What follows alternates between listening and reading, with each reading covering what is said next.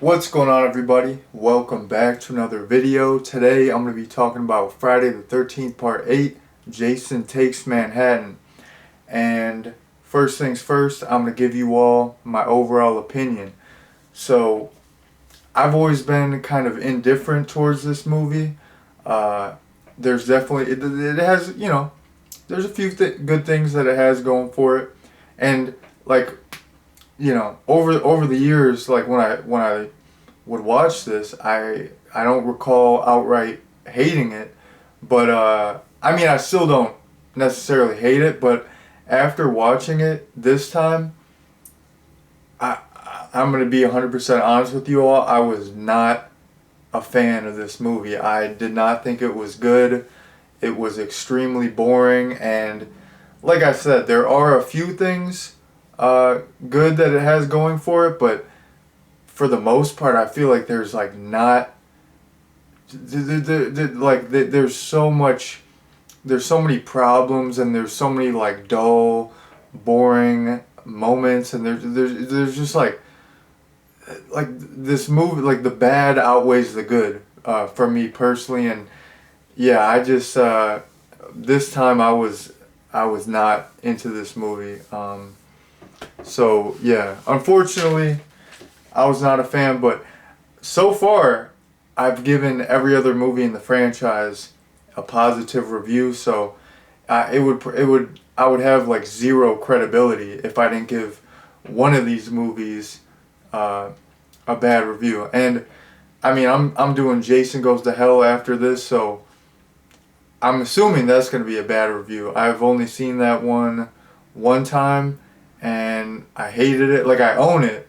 I have to own them all. Like, I don't know why I own it, because, it sucks. But, well, yeah, I just bought it just to watch it. Like, I couldn't find it on stream, so I bought it, and I watched it one time, and I absolutely hated it. So that's probably going to be a bad review, too. I hope it's not. Maybe it'll grow on me. Maybe I'll like it. But, yeah, we finally got a bad review in the Friday the 13th franchise, and that happens to be Part 8. So there you go. Jumping into a plot summary, the movie focuses on this group of teenagers, and they're celebrating their graduation, so they go on this little like boat trip. It's like their last school trip, and they're going to New York. And right before they leave, Jason hops aboard, and while they're on the way to New York, Jason starts picking these kids off. He starts killing them, and the boat is about to sink. So they take a like a like a lifeboat, and they actually do make it to New York, and they think, oh, we're scot free, we're all good. But Jason followed them, of course, and he is pursuing them while they're pursuing the remaining characters in New York and trying to kill them. So that is the basic plot summary. Getting into my first talking point. This this was the second Friday the 13th that I ever saw. This is gonna sound crazy to people, but I got into these movies late. Like the Halloweens I would watch when I was like a pretty little guy. Like I got into those like elementary school because they would just be on TV. But the Friday the 13th, I didn't. The first Friday the 13th I ever saw was the 2009 remake, and I was just a Halloween fan and a Goosebumps fan, and a fan of like other stuff. So like other horror stuff. So like there was that new Friday the 13th coming out, and I just kept begging my dad to see it. I was like 11 years old, and like I wasn't even really allowed to watch R-rated movies, but he just like let me go. So that was like the first Friday the 13th I ever saw, and then I would always see them at Blockbuster, and I thought the covers were cool. But like I said, like I generally, when I was a younger guy, I wasn't allowed to watch R-rated movies unless they were like if it was already on TV. My parents didn't care that much, but yeah, like I couldn't like rent like the full uncut R-rated movies, so I would always like see them at Blockbuster, and I was like I was intrigued. I thought the covers were really cool, and I was like, I gotta watch these one day, cause I knew about them, I'm a cause I was like a Halloween fan, but yeah, like I would always see these and the Nightmare on Elm Streets, and I'm like, I'm gonna watch those one day. Like I was like, I don't know, something about the covers, they were just crazy. So, um, when I was in middle school, I was at Blockbuster, and this must have been like it like the last couple years, or maybe even the last year that Blockbuster was around. And you know, I don't know, like I must have had my parent rent it for me, or something, but I was going for like a sleepover at my friend's house, and we were like, I wanted to bring a movie over, so I got this one because I thought the cover was really cool, and I wanted to like check out more Friday the 13th movies. And yeah, once I got to his house and we started watching it, like the first time I ever watched this, I was like nodding off while watching it. Not like I was on drugs or anything. Um, I was just like I remember there were some cool parts. Like even at that time, like I thought like, wow, like there's some cool stuff. Like I thought Jason looked really cool. Some of the kills were very nice, but there was like, even like at that time, all this stuff with the kid Jason makeup. I was like, what the F? Like the first couple time, like the first couple flashbacks, you see Kid Jason, there's like no makeup on him. He looks like a regular kid. And then like every other time you see him, the makeup's different. And like the first time I watched it, I was like, what the F? But yeah, for the most part I liked it, but I was like straight nodding off. Like I didn't like totally fall asleep and miss the movie. I pretty much watched the whole movie. But there were like times when I would like just like fall asleep for a couple minutes.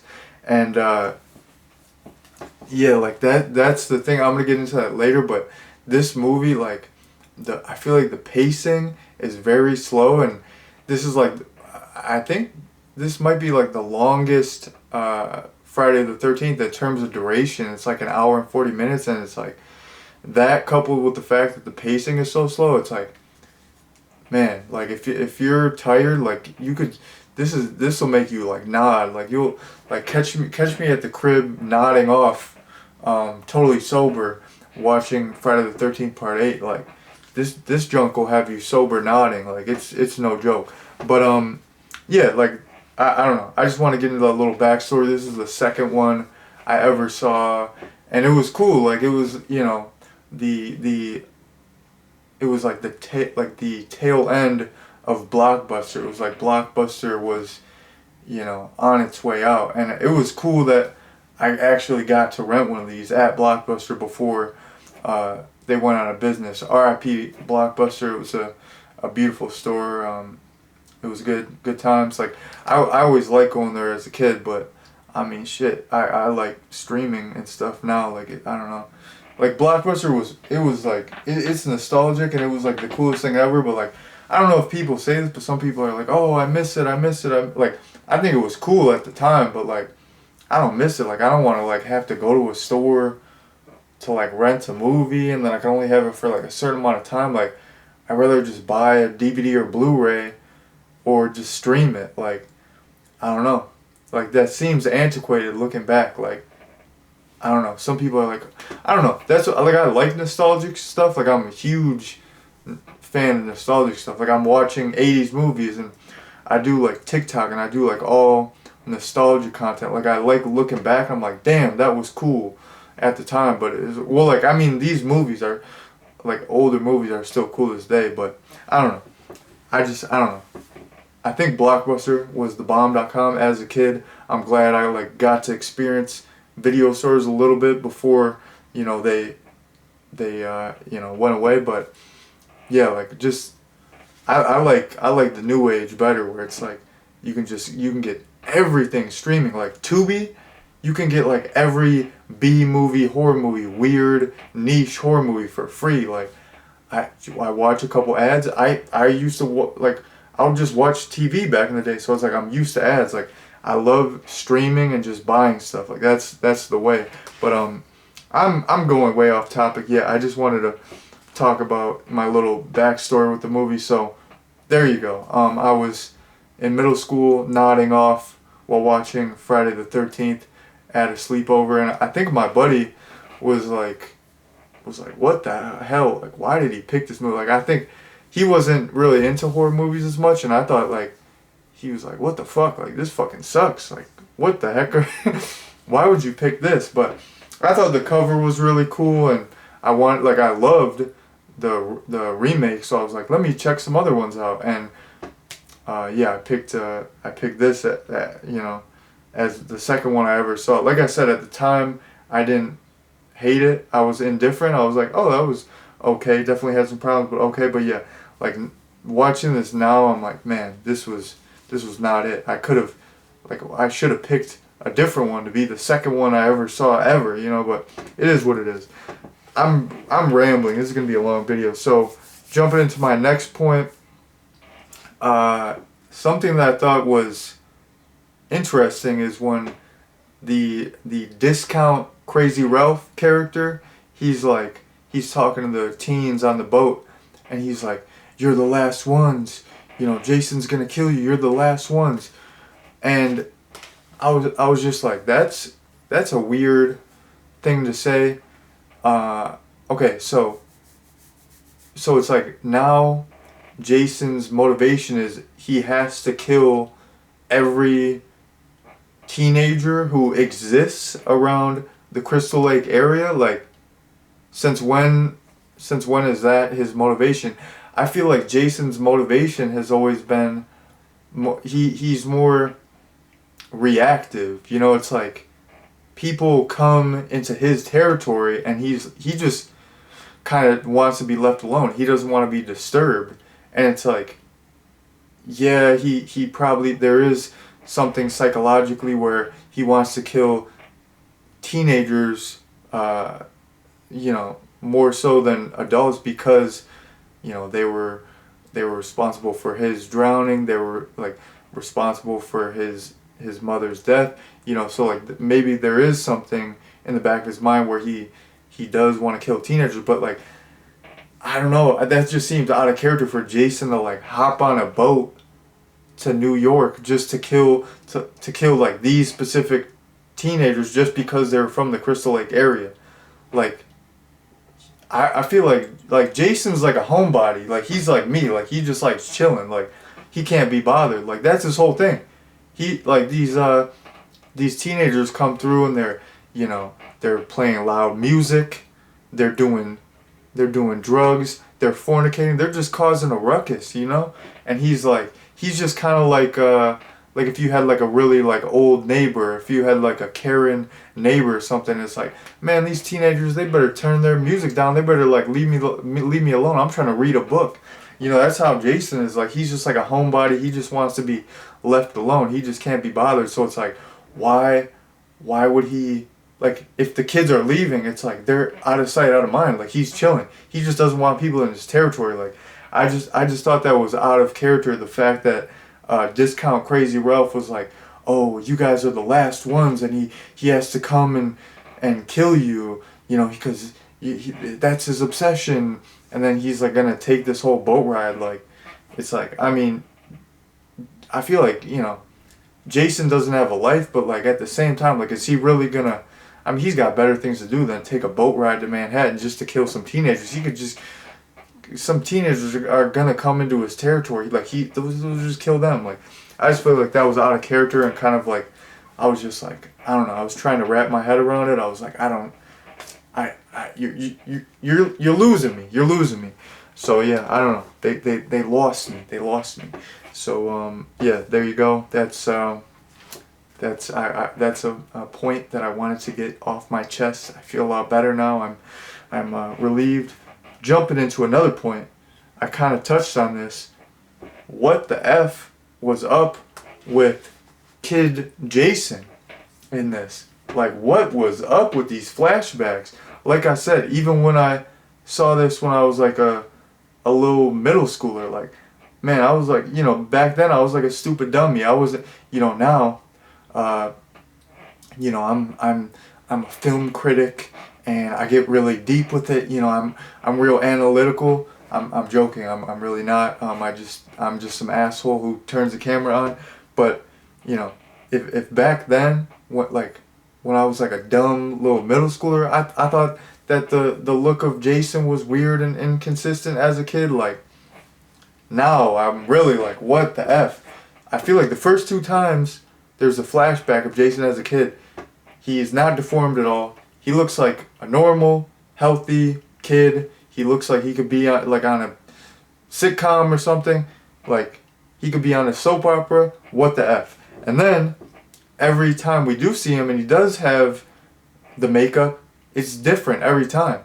And it's like it gets like kind of he gets like more deformed as the movie goes on almost. And it's just at one point too, it looked like there was two different actors for Kid Jason. I don't know.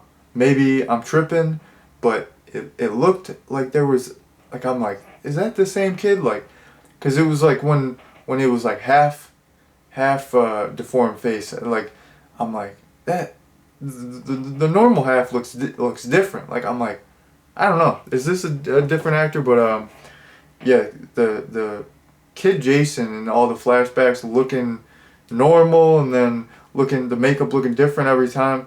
That I don't know. That took me out of it. That was effed up. The ending where Jason turns back into a little kid. Yo, I mean, a lot of these movies, you know, a lot of the Friday the 13th movies, they have stupid endings. You know, I get it. Like it's par for the course that these movies have dumb endings. They don't bother me. Some of them do. I mean the Part 7 one, that one was dumb. But this one, if you think the Part 7 ending is dumb, where the dad is just like magically comes out of the water and there's nothing wrong with him, and he's been dead for forever, but he just looks, you know, fresh as heck. If you think that ending is bad, this ending is like it's like, but wait, there's more. But wait, it's worse. Like, this ending sucks, dude. First he gets the toxic waste in his face, and then he does this like weird scream. Like it sounds like an elephant or something. It doesn't even, I mean, I know at this point he's not human. He's like a zombie, but it doesn't even sound like, it sounds like an animal. Like he sounds like some weird, I don't know. He sounds like a weird animal. And, like, it really does sound like an elephant. Like, legit. It sounds strange. But, so Jason gets toxic waste in the face, makes this weird screaming noise. And then, once, you know, he's covered in toxic waste, he turns back into a little kid. Like, I don't know. Like, I don't even know what to say. I don't know how to wrap my head around it. It gives me a headache. I don't know what they're going for. I'm like, what does this mean, dude? Like, what is it, like, I don't know. I don't know what it means. Like, I feel like they're just like, oh, or like we get, like, I don't know, maybe they were like writing and they had like a deadline. They were like, hey, how are we gonna end this? Like, I don't know, man. We don't have all night. We've been here all day. Like, how about he gets toxic waste on him, he turns into a kid? Like, I don't know like how this came about, but man, like that's what I'm saying with these, like, simpler is better. You know, in the last one, why did the dad have to come up? Why couldn't, like, he could have just exploded in the house, or they could have submerged him in the lake some other way. Like in this one, why isn't just the toxic waste enough? Like, why does he have to turn into a little kid? Simpler is better. So yeah, that was pretty bad ending. Probably it could be one of the worst ending. I think it is the worst ending in the franchise. I don't remember the Jason Goes to Hell ending, but yeah, so far out of the ones that I've seen, worst ending. This is gonna be a long video, man. I'm just all over the place, but what are you gonna do? So jumping into my overall dislikes, just to, you know, paint the picture. Like I said, slow pacing. The pacing in this was so slow. Like, I watched this during the day, and I had to take like breaks because it was just so slow, so boring. I felt like I was gonna nod off during the day. Like that junk was the pacing was slow. Um, like I said, coupled with the long runtime, I'm kind of touching on stuff that I already briefly mentioned. The long runtime coupled with the slow pacing, it just not a good combination. The lead characters were so boring, so forgettable. Like the lead couple they had no charisma. Like they had nothing interesting going on about them. I was not a fan. And then honestly, there were a couple cool kills, but overall the kills were pretty lackluster. They were not that great. It wasn't. There were a couple creative ones, but they like the gore was not there. The blood was not there. The kills were not very good. So yeah, those are my main dislikes. But jumping into a little positive after that little spew of negativity. One character that I did really like is Julius. I don't know. He's cool. He's charismatic. He's got a little screen presence, and his kill is my favorite kill in the movie. Like, I think that the clip of his kill on YouTube, it's got like millions on millions on millions of views. Like, there's a reason. Like that kill is iconic. It's creative. It's fantastic. It's arguably one of the best kills in the franchise. So Julius's kill is great, but I just like him as a character. He's got some energy. He's fun. He's cool. Like he's like a badass. He's a boxer, and he's got some memorable lines. I like when he's like, "Let's go get this motherfucker before he gets us." And then he gets to New York. He's like, "We're in New York City." He's just he's like exciting. He's excited. He's exciting. I like him. And then they're all like picking out weapons, and they're like, Julius, what weapon are you gonna take? And he's like, nothing. But this gun, like, that's great. I love it. I'm here for it. So yeah, shouts out Julius. He was like the one good character in this movie. If it weren't for Julius, like, this movie would be way, way, way, way, way worse. So, shouts out Julius. I appreciate him. He's dope. And he was rocking that, like, red, white, and blue tracksuit, getting patriotic with it. I think it was like an Adidas tracksuit. Like, that was a cool look. Like, he was a drippy individual. So yeah, shouts out Julius. And then the last point that I want to get into is just my favorite kills. So I already mentioned the Julius kill. That was my absolute favorite, and I do think it is one of the best in the entire franchise.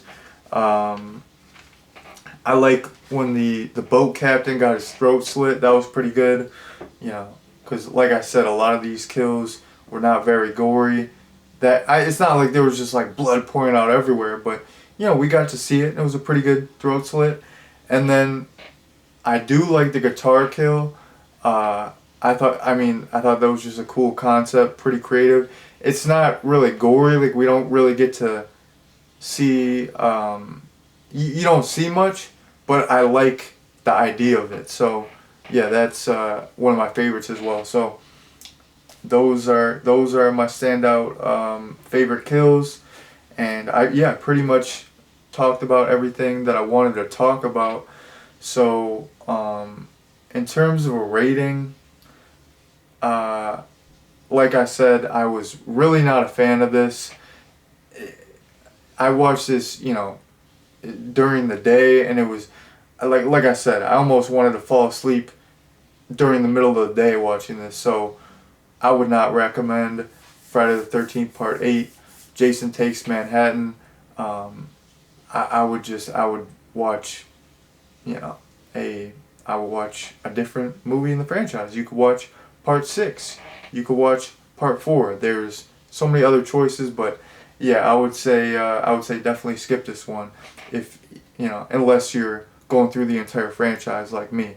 So that has been my recommendation, and that has been my review. Thank you all very much for watching, and peace out.